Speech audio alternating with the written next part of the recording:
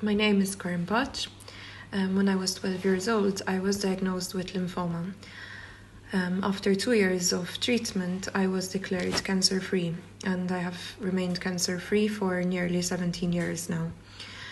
Despite the challenges that this obviously brought with it, I managed to continue my education, and I eventually graduated as a lawyer. In 2020, I decided to purchase my first residence. And to secure the necessary loan, I was required to obtain a life insurance policy. As part of the application process for this policy, I had to disclose all of my medical history, which obviously included my cancer diagnosis from 14 years earlier. This was a period in my life which I never imagined would still, to this day, keep impacting my life. In fact, I actually feared that the insurance company might then outright deny coverage. But thankfully, after submitting extensive medical documentation, including a letter from my oncologist confirming that I was fully cured, the insurer agreed to cover me. However, they imposed a 150% premium increase due to what they deemed still a risk. Because I was pressed for time before my promise of sale expired, I searched quickly for alternative options, but then I realized that this in fact was a practice and a standard across the insurance industry. This was very disheartening to me to learn that despite continuing to maintain a healthy and active lifestyle, I was still being penalized for something that I had to overcome many years ago. And I had made peace with the emotional toll of my illness, and it felt like it was reopening an old wound. So I decided to try to challenge my insurer's decision before the financial arbiter in Malta. The company, however, keeps insisting that my health poses an ongoing risk, and they keep requiring me to pay the increased premium until the loan ends, which would be in 2050. At one point, they even argued that my annual checkups, something that I think any health-conscious individual should do, were evidence of a continuing health concern rather than a proactive approach to well-being. So this experience has highlighted for me the importance of advocating the right to be forgotten. I think people who successfully recovered from serious illnesses should not be continually burdened indefinitely by their medical history, especially when it no longer poses a genuine risk.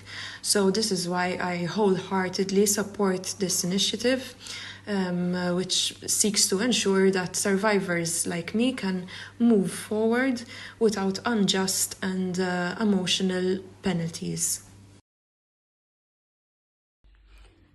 Hi, I am Martina. I am from Malta. When I was 15, I was diagnosed with cancer, and from that experience, I've decided to focus on my studies thereafter, on the challenges, the both social, financial, educational, and more that cancer survivors and cancer patients encounter throughout their challenge with their illness and even after getting cured. And in fact, in my recent research of life after cancer, from a young adult to a cancer survivor, it has been brought up that many young cancer survivors suffer from financial challenges. Basically, they face a lot of financial challenges, which are in particular that of being able to buy their own home or invest in their own property, because many life insurance agencies in Malta do not issue a life insurance policy for us survivors. Thankfully, through a new scheme in Malta called New Hope, things have changed a bit. However, insurance agencies in Malta are now are also issuing a life insurance policy. However, they are charging exorbitant fees for us, like triple the amount, double the amount of a normal individual, and if not more.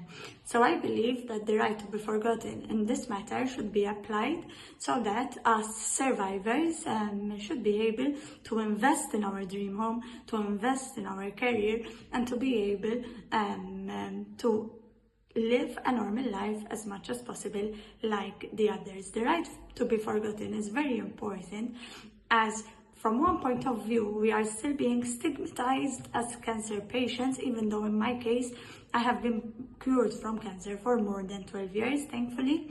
And at the same time, I am expected to live and pay contributions just like any other human being. There's no road in between. So therefore, I highly agree with the right to be forgotten, to keep on living the normal life, but at the same time be able to benefit. There's nothing to benefit in the sense of it's not free, but to be able to claim like any other human being and invest in my own professional life nonetheless. Thank you.